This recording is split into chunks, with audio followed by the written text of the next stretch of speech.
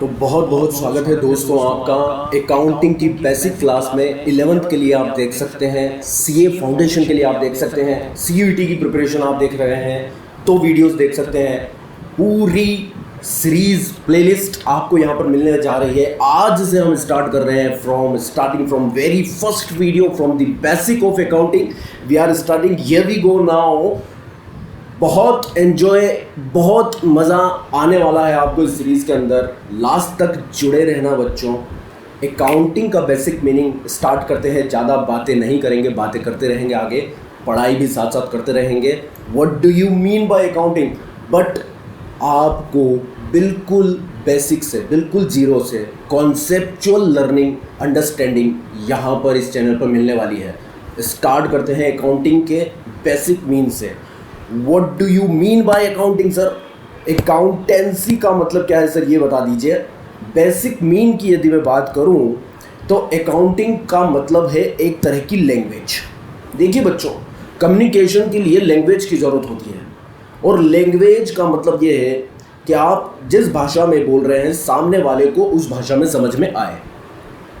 तो अकाउंटिंग भी एक तरह की लैंग्वेज है, एक तरह की भाषा है जिसका यूज़ लिया जाता है अकाउंटिंग के यूजर्स को कम्युनिकेट करने के लिए। अकाउंटिंग के यूजर्स को कम्युनिकेट करने के लिए। अकाउंटिंग के यूजर्स कौन कौन होते हैं सर? अकाउंटिंग के यूजर्स बिजनेस की इंफॉर्मेशंस की जिन्हें नॉलेज चाहिए वो सभी अकाउंटिंग के यूजर्स होते हैं। जो बिजनेस के स्टेक होल्डर्स होते हैं, आई मस्ट से, कौन कौन लोग बिजनेस की इंफॉर्मेशन जानना चाहते हैं, बिजनेस के बारे में जानना चाहते हैं। बिजनेस में इन्वेस्ट करने वाले, कैपिटल लगाने वाले इन्वेस्टर बिजनेस के बारे में जानना चाहते हैं। बिजनेस के बारे में, बिजनेस के फाइनेंशियल्स के बारे में, बिजनेस के रिजल्ट्स के बारे में जब तक वो नहीं जानेंगे, बिजनेस प्रॉफिट कमा रहा है, लॉस कमा रहा है, बिजनेस के पास सफिशिएंट असेट्स हैं या नहीं, बिजनेस के पास ज़्यादा लायबिलिटीज़ तो नहीं है, डेट्स तो नहीं है, सारा एनालिसिस करने के बाद ही एक इन्वेस्टर बिजनेस के अंदर कैपिटल लगाता है।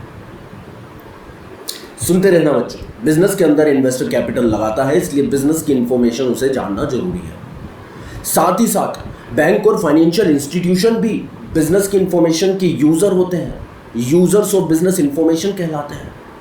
बैंक और फाइनेंशियल इंस्टीट्यूशंस को बिजनेस की इंफॉर्मेशन इसलिए जानना जरूरी है, बिजनेस के फाइनेंशियल रिजल्ट्स के बारे में इसलिए जानना जरूरी है क्योंकि यदि आप बैंक और फाइनेंशियल इंस्टीट्यूशन से लोन लेते हैं, प्रोजेक्ट फंडिंग के लिए फाइनेंस जुटाते हैं, तो आपको पूरे फाइनेंशियल रिजल्ट सबमिट करने पड़ेंगे।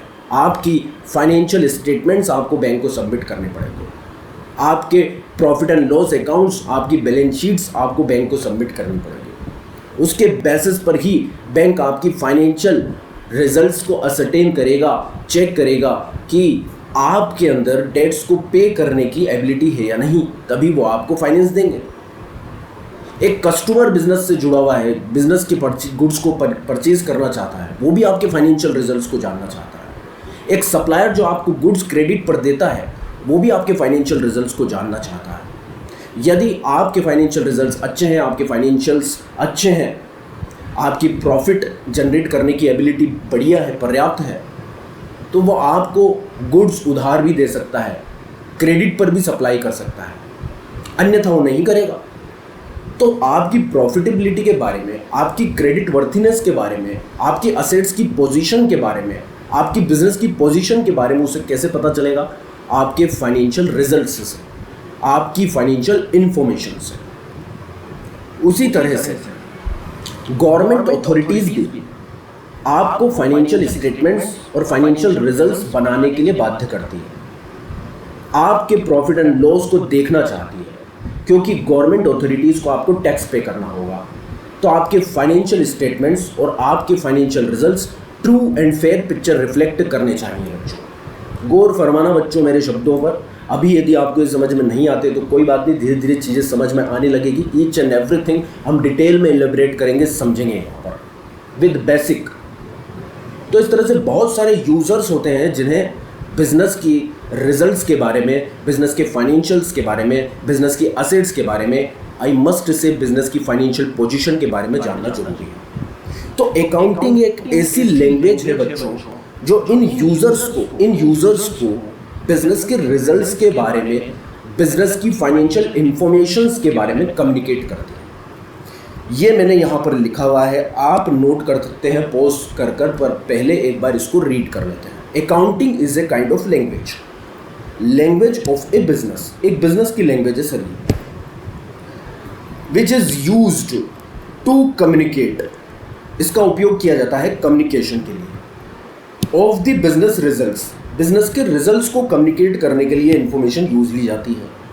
किसे sir? To the users of accounting information, to enable them, क्या बोला है सर यहाँ पर? To enable them to make रीजन्ड decision, ताकि वो डिसीजन ले पाए। यदि इन्वेस्टर है तो इन्वेस्टमेंट का डिसीजन लेंगे, यदि बैंक और फाइनेंशियल इंस्टीट्यूशंस है तो आपको फंडिंग का डिसीजन लेंगे, आपको फंडिंग करनी है या नहीं। यदि सप्लायर है तो गुड्स आपको क्रेडिट पर सप्लाई करना है या नहीं, इसका डिसीजन लेंगे। यदि गवर्नमेंट अथॉरिटीज़ हैं तो ये डिसीजन लेंगे कि आप प्रॉपर रूल्स एंड रेगुलेशन का कंप्लायंस कर रहे हैं या नहीं। तो उन्हें रीजन्ड डिसीजन मेकिंग में ये हेल्प करता है अकाउंटेंसी, क्योंकि ये कम्युनिकेट कर देता है आपके बिजनेस के रिजल्ट्स को to the users. Users are very, कई तरह के हो सकते हैं, हम देखेंगे उन्हें भी। To communicate the informations accounting follow, अब कम्युनिकेशन के लिए अकाउंटिंग क्या फॉलो करता है सर? एक सिस्टमेटिक प्रोसेस को फॉलो करता है, जिसके अंदर शामिल है sir recording, classifying, summarising of the business transaction. अब ये ट्रांजेक्शन्स को भी समझेंगे हम। बहुत सारी ट्रांजेक्शन्स बिजनेस ट्रांजेक्शन्स नहीं होती हैं, बहुत सारी ट्रांजेक्शन्स बिजनेस ट्रांजेक्शन्स नहीं होती हैं, जिन्हें अकाउंटिंग इन्फॉर्म नहीं करेगी।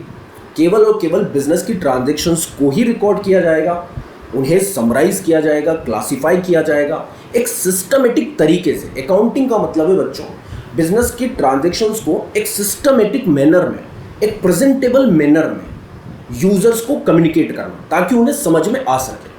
अब ये सिस्टमेटिक मैनर, प्रेजेंटेबल मैनर होता क्या है? ये होता है सर रिकॉर्डिंग करना, क्लासीफाइंग करना, समराइज करना बिजनेस की ट्रांजेक्शन्स को। आई बात समझ में? ताकि वो प्रेजेंटेबल लग सके। इट कंटेन्स, आगे लिखा है, in creation of financial statement.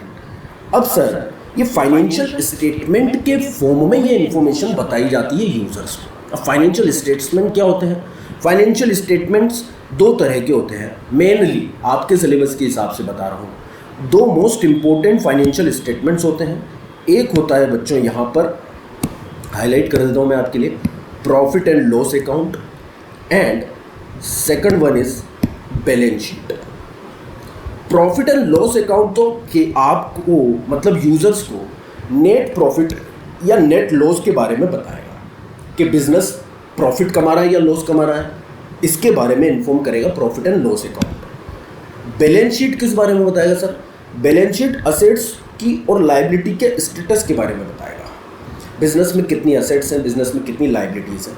बच्चों ये सब चीज़ें डिटेल में देखेंगे हम। नेट प्रॉफिट क्या होता है, लॉस क्या होता है, असेट्स क्या होती है, लायबिलिटीज़ क्या होती है, प्रॉफिट एंड लॉस अकाउंट्स क्या होते हैं, बैलेंस शीट्स क्या होती है। ठीक है, पॉज करके आप नोट कर सकते हैं, मैं पॉजिंग का टाइम आपको दे दूंगा, आपको नोट करने का टाइम दे दूंगा। आगे मैंने लिखा है सर यहाँ पर, at the end of each year, at the end of each year, at the end of each year all the businessmen wants to know, all the businessmen wants to know, sir किस बारे में जानना चाहते हैं businessman? all the businessmen wants to know how much gain, how much loss during the year। आपने कितना एक साल के अंदर कमाया है या कितना आपने नुकसान किया है। how much capital they invested, कितना पैसा बिजनेस के अंदर लगा हुआ है। How much they are liable to pay to the outsider, कितना पैसा आपको आउटसाइडर को पे करना है। आपके ऊपर बिजनेस में लाइबिलिटीज़ कितनी है, राम श्याम मोहन सोहन जोदू मोदू को कितना पे करना है आपको, XYZ को, जिससे आपने क्रेडिट पर खरीदा था। How much is the purchase, आपने कितना गुड्स खरीदा है, कितना माल खरीदा है आपने बिजनेस के अंदर। कितनी आपकी सेल हुई है एक अकाउंटिंग ईयर के अंदर, how much is the sale during the accounting year and how much is the assets of the business.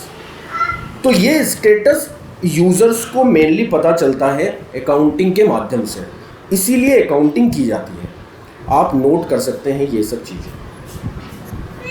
This is the basic meaning of accounting and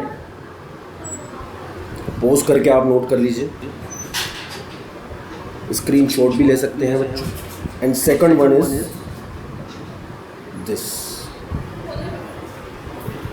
this is the sole purpose of accounting, कि आप assets के बारे में जान सकें, loss के बारे में जान सकें, प्रॉफिट्स हैं तो उनके बारे में जान सकें, लाइबिलिटीज ऑफ बिजनेस के बारे में जान सकें, परचेज कितनी है, सेल्स कितनी है, इन सब चीज़ों के बारे में आपको इंफॉर्मेशंस उपलब्ध कराई जाती है अकाउंटिंग के अंदर।